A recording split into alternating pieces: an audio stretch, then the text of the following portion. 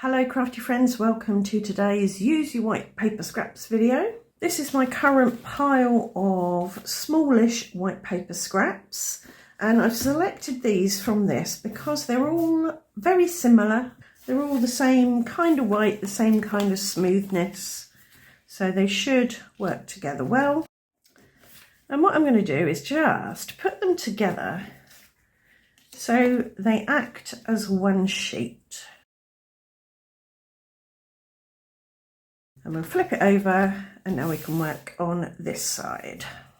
To start with, I'm going to take some salvage patina distress oxide, squish it onto my mat, squirt it with water, and then take a big paintbrush and paint it all over. This is regular white cardstock. It handles a little bit of water, okay. If I was going to use more water, I'd use mixed media paper for this.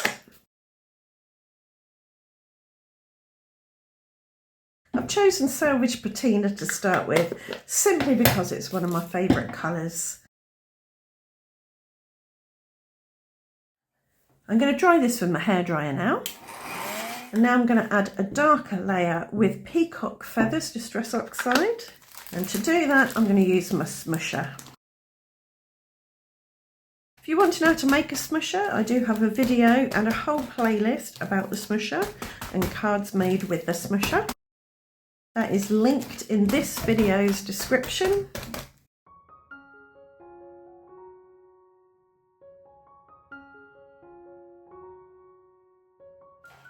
And I'm going to dry that again. I want to add some text to this. It's not meant to be readable, it's just to add some visual texture. So I'm going to stamp using this. It's one whole stamp that stamps all these different encouraging sentiments. Once upon a time this was a whole stamp, but I have cut it apart in order to use different parts of it. So I'm just going to stick it back together. Right, I think that'll do. I think that's together enough. I've just put a bit of paper behind this door so you can see what I'm doing. And I'm going to ink it up, not worried about getting perfect impressions, just want some texture and to have a little bit of hidden encouragement, I guess. So I can put this on here. I have taken my big bit apart so I can handle the individual pieces. Now for a bit of shimmer and shine and some added interest and energy, I've got some rose gold metallic paint and I'm going to spatter that all over these. Now I'm going to let these dry. I've cut some panels from linen textured white cardstock here using a stitched rectangle die, and I want to emboss some texture onto them. So I've selected a few embossing folders. And I'm just going to run those through. So I've got ferns, kind of, I guess, Art Deco type flower. This one that creates a border of flowers with a space in the middle. A swirly leafy design. Falling flowers and some dotted lines. And what I want to do with my backgrounds is to die cut out lots of solid butterfly shapes. So I've chosen all my solid butterflies. These look like they should die cut holes. They don't, they just emboss holes, so they are solid. And I'm going to literally just cut loads. I might reserve a couple of pieces in case I want to use them for something else, but we shall see. Right, I have cut lots of butterflies now, and I'm going to stick them on my embossed panels. I've got some high-tack PVA glue here, the same as wood glue, school glue, Elmer's glue, white glue, but it's very tacky, so it holds things in place while they're drying.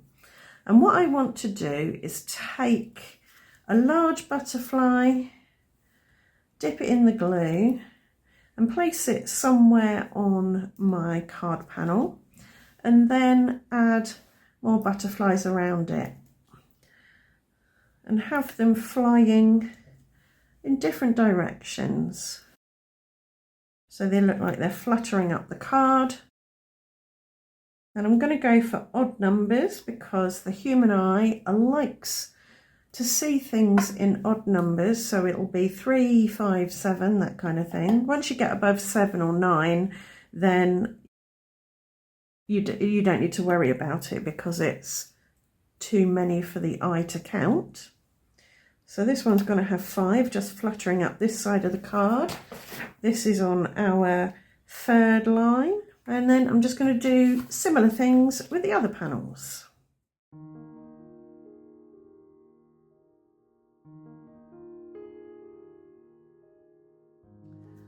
Right, I've got my butterflies on all my panels. I need to chop off some of the overhanging bits and pop them on card blanks, and then we'll think about a sentiment. I do have some left, so I might do a couple more, or I might save these for a later date. For my sentiments, I've chosen some from the Clearly Besotted Tiny Type stamp set, and I'm going to heat emboss them in gold because I think that will stand out well amongst all the blue and the embossing. Plus it'll tie in with the gold spatter that I added earlier. I've treated my card with talcum powder to take away any moisture, static or grease. And I'm inking these up with my mucky ink pad. And that little bit of colour in the embossing ink will allow me to see whether or not they've stamped well. And they have. Just drizzle over some gold embossing powder and then I'll heat it with my heat tool.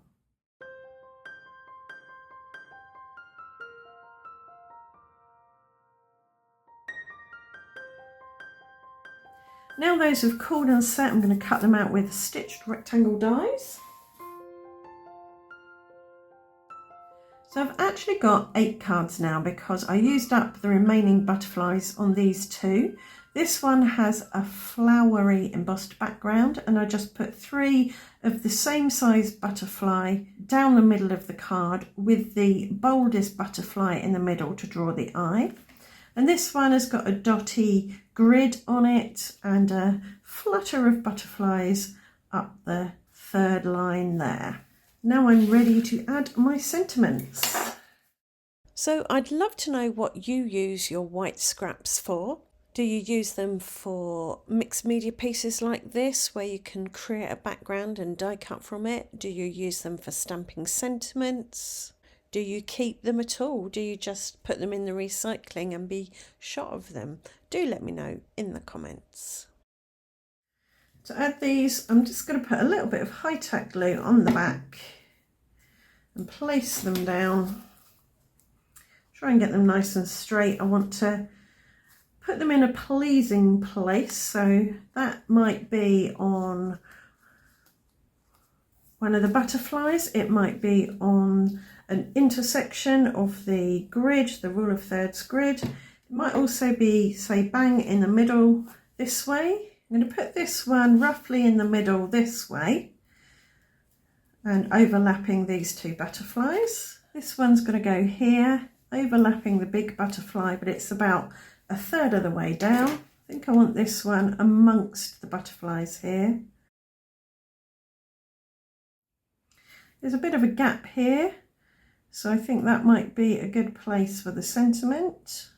So I'm thinking this one here across the large butterfly, maybe offset so it's not too symmetrical and doesn't hide too much of the butterfly. And this one can go right in the middle on this middle butterfly. Some of these butterflies I feel need a body, some don't. I think it really just depends on the card, but I think the 3 large butterflies on here could do with a body. Actually, I think the larger ones, all the larger ones can have a body. That's 1, 2, 3, 4, 5, 6.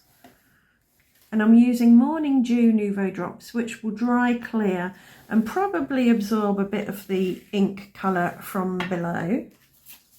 I did think about using gold, but I don't really want to introduce a 3rd gold. And this will be a bit more subtle. You'll get a bit of gloss, a bit of dimension. And there you go, 8 cards made from 6 white scraps of paper. I do hope you found today's video helpful and it's given you some ideas of things you could do with your own white scraps and your embossing folders and dies, etc. You could do something like this and not do butterflies. You could do something completely different. You could do flowers, you could do bees, you could do toadstools, you could do cogs, or you could just go for simple shapes like circles or hexagons. If this video has given you some ideas, do let me know in the comments. Leave a thumbs up, subscribe and ring the notification bell, and I'll see you back here very soon for another video. Thanks for watching. Bye for now.